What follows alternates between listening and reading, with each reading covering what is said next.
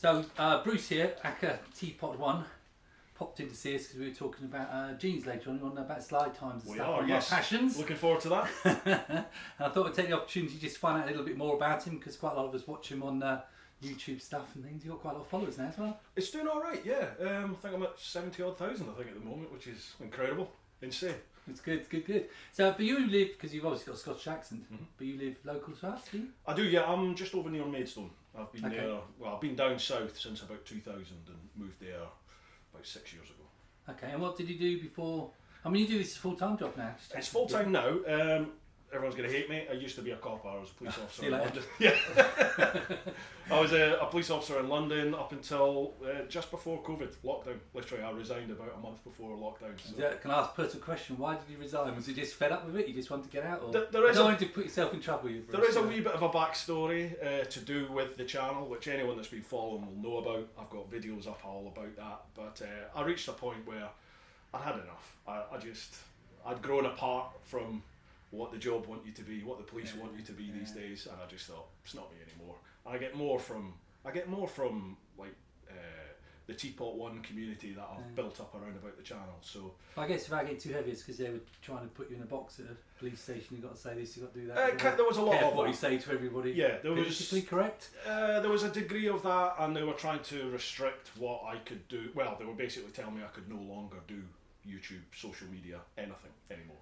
Not like the old days when the coppers used to slap me for doing something and tell you off Yeah, and send you on. Can't happen these days. Had a bit more respect then, huh? Do you know that? Well, I would suggest there is a bit of a correlation between the two, but you know, Yeah.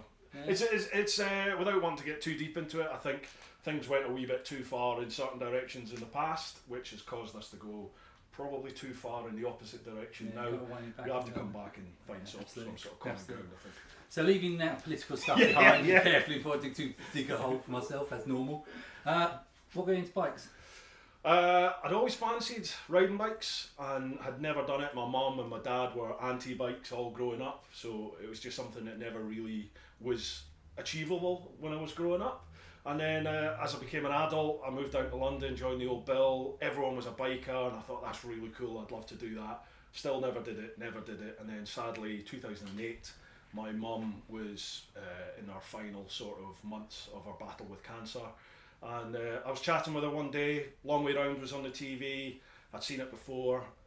I started to moan and say, I'd love to do that, it's alright for them with all that money, blah blah blah. And Mum just turned around to me and she said, you've always spoke about riding a bike, you've never done it. You've always spoke about travel, you've never done it. Don't reach my stage in life where you face the end and you regret what you've not done. And she said 3 words that have changed my life. She said, look after those that you love, but live your life. And that did it for me. It was like an epiphany moment. I booked my direct access online, passed my test, and my mum was in a hospice by that point, so I turned up on my brand new GSX-R 600 I'd bought. Was that the first bike you had? That was my first bike, first ever bike from P&H in Crawley, brand new GSX-R 600. Limited power then, was it? No. Because the levels will change so much. I've lost. I passed my DAS, so I was 30 odd years of age, 32 at that point. So I just had a full power 600cc sports bike. Yeah, so I took the keys. My mum gave us a big hug and she said, right, promise me you'll do your trip. Brilliant. 5 days later she lost her battle. So that was it. Sort of catapulted me on But this she journey. was happy about that, it's great. She was, see yeah. you on a new life, you're a Yeah, happy, smiley person, so it's a nice way for her to say goodbye. And she's been with me ever since, for sure. So, Brilliant. So where were you born? Scotland? Yeah, I was born up in the northeast of Scotland, Aberdeen, born and bred up in north of Aberdeen, and then went to uni in Glasgow, and then 2000, so I was 24, I moved down to London and joined the old bill. And on your bike treks then, what was your favourite memory on bike? Because you've done some huge trips now. Yeah, I mean, I did the world trip obviously 2012 to 2014, and then I've sort of made a habit of just travelling as much as I possibly can ever since. You know, I was working full time at the time, so work obviously comes first and finances dictate, and now it's my job. We've just gone through COVID, but managed to do a little bit of travel during then, and like next year I'm basically from March onwards I'm away every month, so that's the plan. Yeah. So what's the best biking road? God, there's so many. It depends what you want from your riding, to be honest. Like I'm not a massive fan of off-road purely because I don't really know what I'm doing. You know, I've done it, but I just got through it. So it wasn't really a case of me enjoying it because I didn't really know what I was doing. I started to do a lot more off-road now, and I am starting to see. Have you done the BMW off-road? No. Triumph one? No, never been offered it. Well, I was offered, and no one's ever actually come through with it. So I haven't got the money to do it myself. I know Matt Reed down at Triumph. I've done his off-road school. Oh, cool. And it's absolutely brilliant. You learn so much. Yeah, and the nicest thing is about being horrible is, of course, you drop the bike. It's not your expense. Yeah, well, I suppose there is that. I know you don't go out to do it on purpose, but it's just in the back of your mind. If it's your own bike, like my multi-strada, I'm like, it's a lot of money. It's a lot of money to drop in the dirt. Bloody radiator, isn't it? Yeah. So I'm much more a fan of the like road riding tarmac stuff. So I think for me, what ticks all the boxes for me would be Spain. You know, up in the Picos in Spain. Yeah, I love Picos. I just love all that sort of area. The twisty mountain roads. You get the beautiful views. Amazing people, really friendly people, good beer, cheap beer, and I like the lifestyle over there. And the weather's generally pretty good. Yeah. Because have you heard the tech trails? Yes. So that's one thing I want to do for enough. Just building a bike to do that now. Oh, awesome. Head off across and steep out into the stars. There's some great trails to do. That would be the dream, wouldn't it? Yeah, for sure. If you know what you're doing.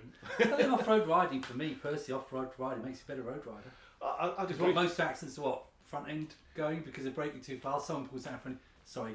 Showing my age there. Pre-ABS, it was always lose the front end. No, I'd agree with you. I would agree. On my Gixxer days, that was all pre-ABS, pre-traction control, and I used to love the feel of the bike. You know, when you were getting a lick on, I used to like the feel of the bike moving. I think now I'm on a big old tractor out there. It's got every gizmo going, and I like a rock solid feeling below me now. Do you think that's spoilt riding though? It's sort of taken all the skill out of it, has it? I don't know, because I think your Joe Bloggs rider like me, I can ride quicker, safer now than I could on the old machinery without any of it. Do you know what I mean? Because the bike has it's got an inherent safety sort of belt built in with all these gadgets that are in there. So before the point where it would previously spit you off, now the bike's managing it and dealing with it. Obviously, if you're an idiot and you come up to a 90-degree bend at 110 mile an hour, good luck getting around it. But most situations, I would say the technology now is going to keep most people safe. If you know what you're doing. World trips though, if it goes wrong, you're screwed. To an extent, yeah. Well, he's gone wrong. What do I do? Phone up BMW or Ducati or whatever. Well, help, I'm stuck in the middle of a desert. I'll fly the BMW flag. If that happens with BMW, you can do that. But you know, you might be waiting a while. But they would come. So seriously, if you're in the middle of the Sahara, would they literally come and grab you? No. Maybe they wouldn't come and grab you, but there's enough sufficient sort of the likes of BMW, Triumph as well. They've got a very good sort of global network now. A lot of the big manufacturers have now built up a good global network. So as long as you can get to like a big city, wherever you are, then that's how I survived on the Gixxer. Do you think that takes away from the adventure though? You know, when you're going around the world or you're going off, it's more, you know, I remember when years ago I went down 17, I went down through what was old Yugoslavia all the way down to Greece and had to spill on the way down, broke the old front brake lever there. And I remember getting an old, not scaffold pole, little piece of tube from a local shop and putting it on the end of the front brake lever to get me down. So but those sort of things now, you know, in general, I can sort of keep my bike going. But now, Ducati goes wrong, I'm screwed. It depends. I mean, some of the modern bikes, if you have an issue with any of the electronics, some will still go into a limp mode, so you can still move. A couple don't. A couple just shut down. I know I had an issue with the new GS 1250 Adventure when that came out, and that had an electrical issue, and the bike just shut down. There was nothing. So then you are stranded. But if you're in somewhere like Europe, the UK, phone up Mr. or Mrs. BMW and go, help, and they just turn up. So money is no object, and you're going around the world, what bike would you pick? Any bike I could get my hands on. I don't subscribe to that. I don't care what the bike is. I'll take a 125. I don't care. I'll take electric. I'll take a push bike. I'm not fussed. If I've got the ability to go, then I'll just go. I don't care what I'm on, to be honest. Because it's about the adventure, like you just said. When things go wrong, that's what makes the trip. If nothing went wrong, and you just went from A to B to C to D to D, all the way around and came back, it'd be boring. Yeah, things you remember was when you ran out of petrol, or you got stuck on a hill, or broke absolutely. It's the people you meet, it's the places you turn up at, it's when you get lost, it's when you break down. You know, that feeling of, oh no, the engine's knackered, what am I going to do? And standing out in the road or in the track, wherever you are, and waiting for somebody to turn up. It's that, and it's the interactions that follow from that make travel as great as it is. Yeah, absolutely. And that's what will have the impact on you. So what's left to do in your travelling? Loads. I got beat by Africa. I was going down West Africa, and I got beat in Mauritania and Senegal. So I want to go back and travel a lot more in Africa. I never got a chance to do any of the Middle East just because, you know, it was a war zone at the time. So I'd love to go back. I want to see Syria. I'd love to go to Iran, Iraq, see all them, do all the stands. I really want to go to Mongolia. I was gutted. I was on my way through Russia, just a way to head down into Mongolia, and I snapped the subframe on the Jigsaw for the 4th time. So I just thought it's probably not a good idea to take a Jigsaw with a broken subframe into a country that has 80 miles of roads, full stop. Everything else is gravel. So yeah, I sort of decided I'll miss that, and I thought I can come back here. Well, 10 years later, I've not been back. But that's somewhere I want to go. You heard of a kid called Ben King? Of course, yeah, I know Ben. Good So guy. we helped him out a lot. He's really funny. He's a nice guy. He wore our heated clothing around. We gave his kit to go around. He used to make me laugh. He was brilliant. He's an awesome I remember because he said about Iran. I remember he phoned me up from Pakistan, and he's right on the border down there. Yeah. And they actually picked him up and took him. The local police put him in prison to keep him safe. That's right.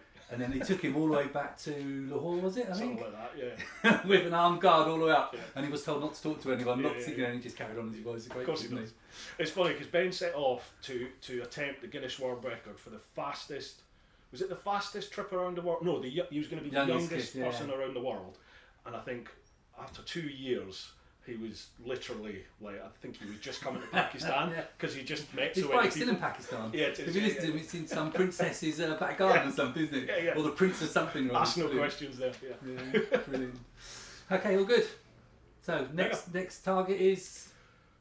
Gee whiz. I just want to get cracking with next year as a full run at the year. You know, where we haven't just come through COVID. I just want to go right. Okay, let's get through it and let's just see how this year's going to be. I've got loads of tours all lined up with my chicken strips thing. I'm toying with maybe trying to do a little trip to India if I can. Okay. We'll see what happens. See if I can survive a proper year. Good luck with that, Ben. Cheers. Ben. Thanks very much. Bruce. Who's Ben? Ben's a lot Sorry, smaller John. than you.